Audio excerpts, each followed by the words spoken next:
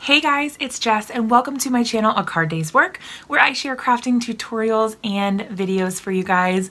I am really excited to bring you today's video, which is all about how to use Simon Hurley's dye inks on your craft projects. Let's get started. All right, so for our first technique with the Simon Hurley dye ink pads, we're going to be doing some ink blending.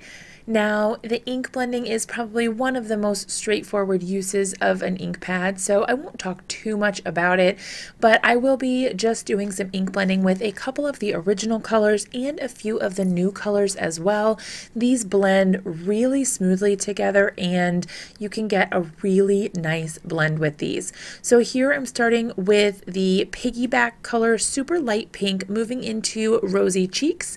Then I'm going to go into Triple Berry, which is the purple from the original release, and then Crown Me, which is the purple from the latest release.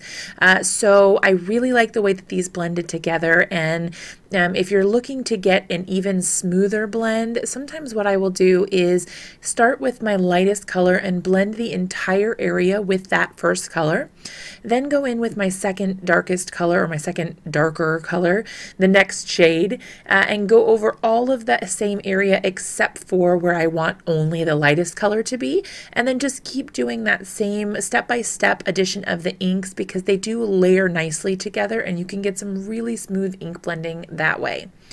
So if you're having trouble with harsh lines, I like to go back over it after I've blended it and just kind of, so you start with the lightest color, move to your darkest, and then go backwards from dark to light, just smoothing out those areas that need a little bit of extra help. And then that works really well for getting a nice smooth blend. Alright, so now that we've talked about plain Jane ink blending, where you just go directly onto the paper, let's talk about layered ink blending, where you can use a stencil or other things in your craft room to get another layer of ink onto your project. So you can see here I'm actually going over the ink with the exact same colors that I used to do our first little bit of ink blending there. And as I move up the stencil, I'm just applying the same color that would be underneath. So applying the same color right on top, just over that stencil, and it gives you a really cool new depth and dimension to your ink blending, and it looks absolutely beautiful. I'm really partial to this and I really like this color combination for it. It just looks so elegant and gorgeous. All right, moving right along to our next technique, we're going to be creating our own colored cardstock. This is super fast and easy. You can just swipe the ink pad directly onto your cardstock to create perfectly color coordinated cardstock for all of your matching needs. You can do this by ink blending as well, but I find that the color is so vibrant and beautiful if you do direct to ink, or ink directly to your paper techniques. And this ink pad is very sturdy. It's not going to crumble or fray because of the construction of the ink pad. It's perfect for this technique. I do this all the time if I need a coordinated color, and then you can see you just layer that piece right on top.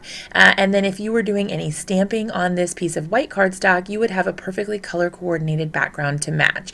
No more trying to buy every single color of cardstock ever. One of my favorite techniques is this next one, which is ink smooshing, and I'm going to show you two ways that you can do it. So the first way for ink smooshing is to use a craft mat, just something slick that you can wipe up easily. Go ahead and smoosh your ink pad directly onto the craft mat, spritz it with a little bit of water to get the colors moving around, and then go ahead and plop your paper right into the ink. I'm using lots of technical terms here, totally try to keep up. Once you've done your ink smooshing and you're happy with the results, you just set it aside to dry, or you can use a heat tool. Another way that you can do ink smooshing is to use a scrap piece of plastic, something clear that you can see through, and something that bends, I find works the best. You can go ahead and put that little piece of plastic directly into your ink and apply the ink to your paper that way, which gives you a little more control on placement. You can see where it's going to go and you get less ink overall.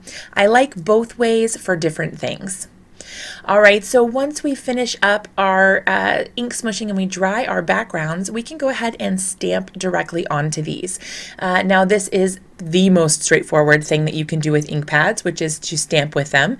This just involves taking your stamps, putting them on an acrylic block or a stamp positioning tool, and using the ink pad to apply ink to the stamp, and then stamping that directly onto your paper. I think that it's really cool to do this to add layers and texture. You can see I added the orange stars there. That was a stamp from this set as well. So you can really mix and match it and get some cool results. Another way that you can use these dye ink pads is to do second generation stamping. What is second generation stamping? If you're not familiar with it, it basically just means that you ink up the pad or the stamp with the ink pad. You go ahead and stamp it off once on one piece of paper. This can be a scrap or another piece of cardstock, depending on what you want to use it for. And then once you're done with that first impression, without inking it up again, you go in and stamp it again, and the residual ink that's left on the ink pad gives you a second generation stamped impression. I love this technique for stretching my ink pads and making sure that I don't have to have 8 trillion colors of ink. You can just get a lighter impression of the same color by stamping it that second time. And you can see here the difference in those colors that side by side. One is nice and dark and the other is a lighter shade. Our next technique is to splatter with them. Now the dye inks are great. These ones are water reactive, so you can smush it onto your craft mat, spritz it with some water, and I'm using a splatter brush to flick little splatters of the ink onto my project.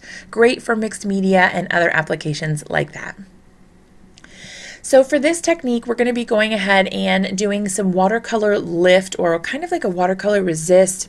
I think a lift would be a better term for it. So basically, I'm just going to be doing some ink blending here. I'm using a few different colors to get a nice ink blended background going.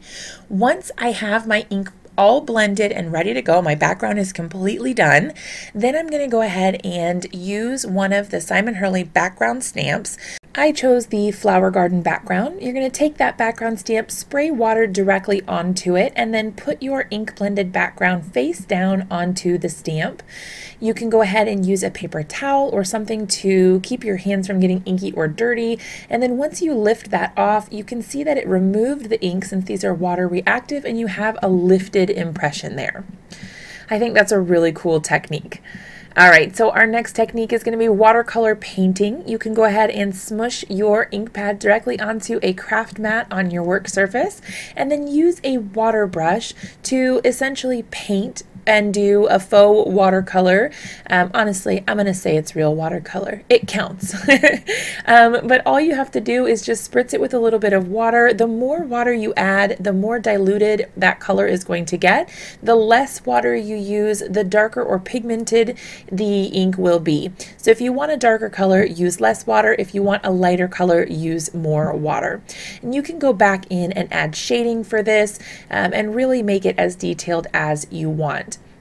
I like to use a paper towel to blot up any excess ink, and I am using Simon Stark White cardstock here, which is not really intended for water, but it does hold up pretty decently. If you want to go crazy with watercolor, I would definitely suggest using a watercolor cardstock.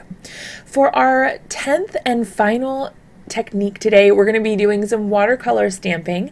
This is basically just inking up your stamp with a variety of different ink colors and then spritzing it with a little bit of water. That gives that sort of loose watercolor effect, and then once you put that onto your cardstock, it looks like you watercolored it, but all you did was ink it and then spritz a bit of water on it.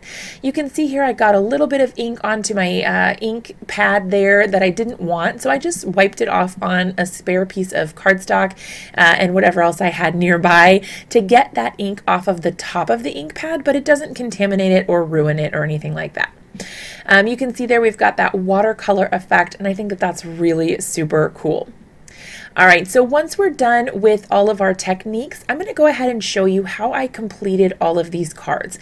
If you're anything like me, you end up with a ton of backgrounds because you have to try the latest technique, and then you don't know what to do with them. I literally have an entire drawer full of backgrounds and things I've created when I was on a technique spree, and I don't know what to do with them, so I figured I would share what I did with these ones to hopefully give you guys some ideas and kickstart your inspiration and motivation. So I'm going to go ahead and pop on some music. If you guys have any questions about anything that I've done here in completing these cards, definitely give me a shout down in the comment section below. And if you're interested in checking out any of the products that I used today, there are links down below for everything.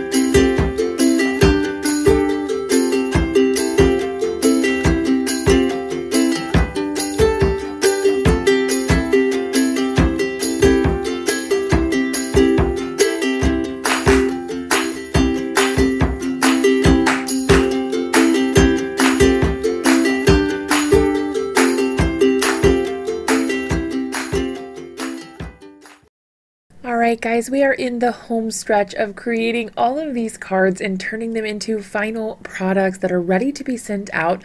I hope that you guys liked seeing this process. Be sure to let me know down in the comments which card is your favorite. If you have a particular technique that stood out to you, maybe if you learned something new or something that you hadn't thought of, I would love to hear about it. Thank you guys so much for spending some time with me today. I hope you loved the video. Be sure to give it a big thumbs up if you did. Subscribe to my channel if you're not already, and I'll see you in another video really soon.